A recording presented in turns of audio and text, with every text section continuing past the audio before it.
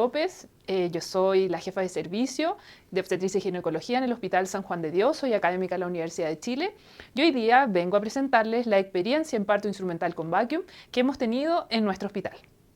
Mi conflicto de interés es que International Clinics me otorgó en comodato un Fantoma desde julio del 2021.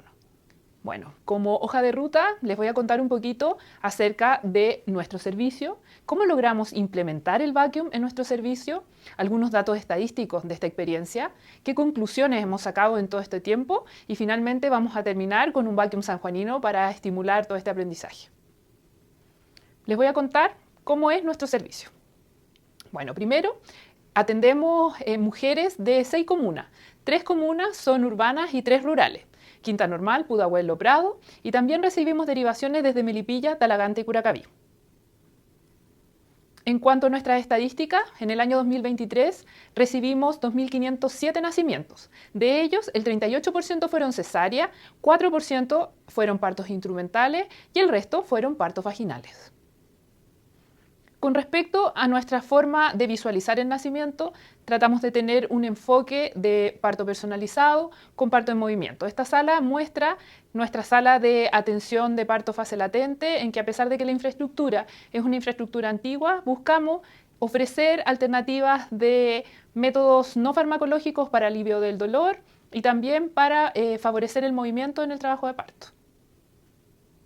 Este era nuestro preparto hasta hace 2 meses, un largo pasillo en donde teníamos 4 SAIP y también con box individuales, al final 2 pabellones quirúrgicos. En esa SAIP teníamos la opción de parto en cama, también en sillines de parto. Hace 2 meses nos entregaron esta nueva infraestructura que está ahí, mucho más nueva, mucho más bonita, pero con un concepto más o menos similar, con 4 SAIP y al fondo 2 pabellones. Con respecto a las personas, en la sala 625, que es la que les mostré para fase latente, tenemos una matrona en cuarto turno y en el preparto tenemos 2 matronas para los 4 SAIP en cuarto turno. O sea, ahí todavía tenemos un déficit de personal para el 1 a 1, pero de todas formas intentamos lograr lo más posible todas las recomendaciones de la OMS. Con respecto al equipo médico, en los días hábiles de 8 a 13 horas tenemos el equipo de parto. Acá tenemos el equipo, en esta fotito están los 4 miembros del equipo que están, no están los 4 todos los días, algunos se reparten el horario, 2 en general durante las mañanas 22 horas, ellos además de ver el preparto, operar la cesárea electiva y ver los puerperios, son los encargados de la pega administrativa del preparto, o sea, eso quiere decir supervisión de la norma técnica de cesárea y también de las inducciones. Y de las 13 horas a las 8 hay 3 residentes de turno. Y los fines de semana, 3 residentes de turno también todo el día. Este equipo de preparto, súper bello también, se encarga de protocolizar todas las actividades que hace el preparto de nuestro hospital. Bueno, ¿cómo se nos ocurrió implementar el vacuum? En agosto del 2016 nos enteramos del curso de trauma obstétrico, este mismo que ustedes están haciendo. Pero el vacuum no estaba en Chile todavía. En febrero del 2017 nos enteramos de que había llegado, nos conseguimos la tarjeta del representante y gestionamos la posibilidad de que nos donaran.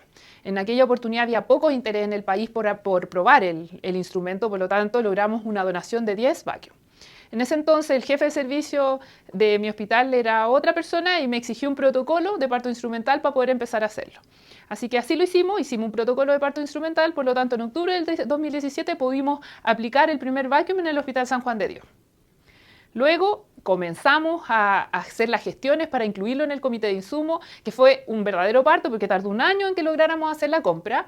Y bueno, se impartió el tercer curso la alemana y bueno, allí fuimos de nuevo en el año 2018 a hacer el curso para poder compartir experiencia. En esa oportunidad con Rodrigo Guzmán recibimos gran apoyo, hicimos migas y logramos el apoyo para que en el año 2019 pudiésemos hacer un curso en el Hospital San Juan de Dios de prevención de eventos adversos en que compartimos con matronas la parte teórica y en la parte práctica las matronas hicieron sutura de episiotomía y los médicos hicimos parto instrumental con vacuum y de esa forma pudimos capacitar casi al 100% de la residencia de ese momento del hospital para que todos estuviésemos capacitados en la aplicación de vacuum. En el año julio de 2019 fuimos invitados también como equipo a a capacitar a los becados. Eso se perdió lamentablemente. Este año se retoma de nuevo, becados de la Chile y de la Católica. Fue en ese año. En septiembre del 2019, la primera becada del San Juan aplicó un vacuum en el hospital. Y de ahí hemos podido seguir enseñando esta técnica y hemos sido invitados en el 2021 a Linares, 2023 a la Clínica Reñaca, a Alfrique, a Valdivia, al Hospital de Talagante, y en este año hemos visitado en abril Rengo, también en abril hicimos un curso en Occidente, fuimos al J. Aguirre y bueno, ahí nos faltan algunas fotitos de San Felipe y Talcahuano que ya fuimos, tenemos comprometido una visita a Quillota en julio, o sea, todo el país está bastante interesado en aplicar y aprender esta nueva técnica de parto instrumental que en verdad no tiene nada de nueva en el mundo, pero sí en nuestro país. Bueno, y de todos estos años que les he venido contando, esta es nuestra estadística. Del 2017 hasta ahora hemos aplicado 223 instrumentos. Vemos que el 2020 hubo una baja. Eso se explica porque no hubo recursos para comprar vacuum, principalmente por los gastos que llevó el COVID, pero el resto de los años hemos tenido a disposición y se ha ocupado lo que se ha necesitado y eso ha sido la cantidad que hemos logrado aplicar. Bueno, y esas son nuestras estadísticas en todos estos años. De la cantidad de partos instrumentales que hemos tenido, en general nos hemos mantenido entre el 5 y el 7% de partos vaginales instrumentales. ¿Ya? En general, los trabajos científicos hablan de la cantidad de parto instrumental dentro de los partos vaginales, no dentro del total de nacimiento, por eso en esta diapositiva lo quise expresar de esta forma. Y cuando miramos cómo se distribuyen estos partos instrumentales a través del tiempo, podemos mirar que el forceps no ha perdido terreno y que el vacuum poco a poco se ha ido posicionando y ha ido adquiriendo el mismo peso, y vemos que para el año 2003 era un 3% de vacuum y un 3% de forceps. Voy a presentarles los datos estadísticos de nuestros primeros 153 vacuum. ¿Y por qué este número tan arbitrario? Porque, bueno, son los primeros 153 que logramos publicar en este trabajo de investigación. Bueno, los dividimos de esta forma la presentación de los datos. Datos demográficos, datos del recién nacido y datos del instrumento propiamente tal. Con respecto a los datos demográficos, la gran mayoría de las mujeres que se aplicó el vacuum eran chilenas, como el resto de la población. Con respecto a la paridad, también como era esperable, la gran mayoría de las mujeres a las que se le aplicó un vacuum son nulíparas, solo un 38% eran multíparas. Bueno, y un tema bastante llamativo es el IMC, que más del 60% de las mujeres llega con un IMC al parto sobre el 30%, tanto en esta población como en la población general en verdad. Con respecto a los datos del recién nacido, aplicamos vacuum en todos los pesos, la gran mayoría, el 71%, está entre los 3 y 4 kilos. Con respecto a la complicación fetal, no tuvimos complicaciones en el 91% de los casos, un 5% presentó abrasiones, cefalomatomas en un 2,6% y fractura parietal, solo un caso que representa el 0,7% de la muestra. En realidad, todavía no hay otra fractura en los 253. Creemos que en verdad fractura parietal puede haber incluso en partos vaginales espontáneos, pero en principio los recién nacidos vacuum eran muy examinados, por lo tanto había mayor diagnóstico de muchas complicaciones, pero bueno, lo presentamos de todas formas. El Apgar menor a 7 a los 5 minutos, solo 5 casos, que representa un 3,3% de la muestra, pero hubo 31 recién nacidos que requirieron algún tipo de reanimación neonatal, algún apoyo, o sea, el 20% de ellos. Ahora, esto se explica porque dentro de las causas del vacuum, el 72% se realizó por estado fetal no tranquilizador. ¿Ya? La segunda causa fue por expulsivo detenido. Con respecto a las variedades de posición, se aplicaron en todas las variedades de posición. La más frecuente fue la occipitopúbica, que ocurrió en el 29% de los casos, pero en realidad se aplicaron en todas. Ya, con respecto a la correcta ubicación en la posición de la cabeza fetal, solo un 34% consideró que no quedó en el lugar. Ahora, esta era una apreciación que ponía el operador, entonces aquí es un poco subjetiva la apreciación. Pero es súper importante porque sabemos que esta es una forma de prevenir complicaciones. Con respecto al tipo de anestesia usada, Sin anestesia, solo 3 pacientes, anestesia local, 6 pacientes y peridural, el 89%. Ahora, un punto importante es que recibieron la peridural en algún momento del trabajo de parto, no necesariamente tenían cobertura anestésica al final. Con respecto a la episiotomía, solo el 84% de la muestra sí tuvo episiotomía. Con respecto a los desgarros, no presentaron desgarros, 57% de la muestra, desgarro de primer grado, 21%, y tercer grado, que son los que más nos importa, fueron 5 pacientes, que son 3%, pero aquí hay algo que les voy a adelantar, que en el fondo de estas 5 pacientes, solo una es paciente que terminó el parto con un vacuum. 4 de las pacientes fueron pacientes que requirieron doble instrumentalización. Eso quiere decir que luego del vacuum fueron sometidas a un forceps. Bueno, eso lo resumen estos gráficos. Bueno, y aquí está un poco lo que les adelantaba. Hubo una paciente que fue sometida a un vacuum, forceps y cesárea. La verdad es que no es lo ideal, el pabellón estaba ocupado, hay un montón de causas, pero no es lo recomendable. 7 pacientes fracasaron del vacuum y pasaron a cesárea, que es lo que debiera pasar habitualmente. Y hubo 17 pacientes en que luego del vacuum se corrigió la variedad de posición, se llevó al cuarto plano y se aplicó un forceps como segundo instrumento. Esto quizás lo podríamos explicar porque nuestro protocolo fue bien restrictivo en el número de tracciones, solo se permitían 3.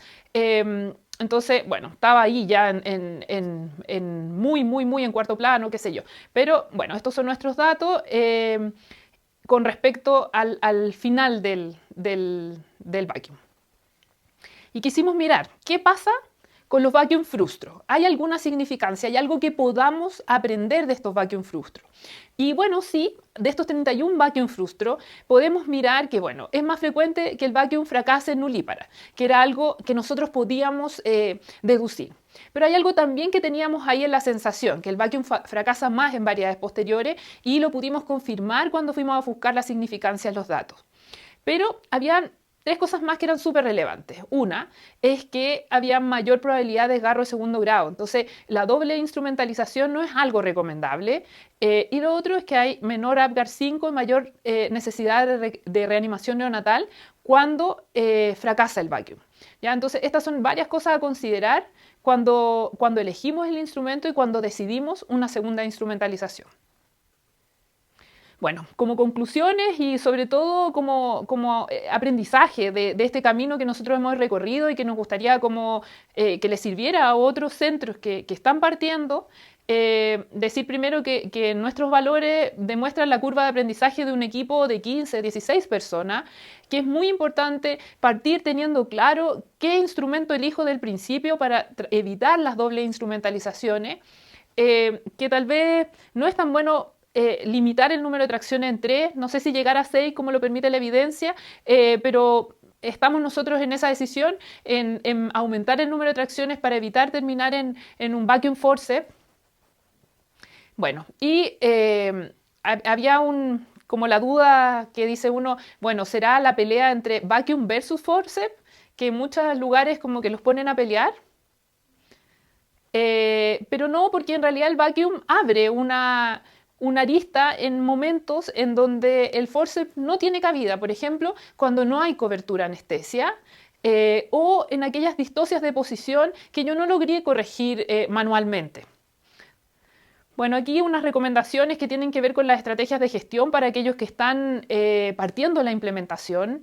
Es súper necesario un equipo participativo, con un liderazgo participativo. No necesitamos solo una persona que haga el instrumento, necesitamos un equipo completo, porque una maternidad funciona todo el día y para eso requerimos un trabajo en equipo capacitado. O sea, aquí todos tenemos que saber de qué se trata esto, cómo se hace, para qué sirve, cuáles son los riesgos. Y bueno, algo súper importante, registrar. Si uno no registra la estadística, no sabe cómo le está yendo con esto y dónde tiene que hincar el diente y dónde tiene que mejorar.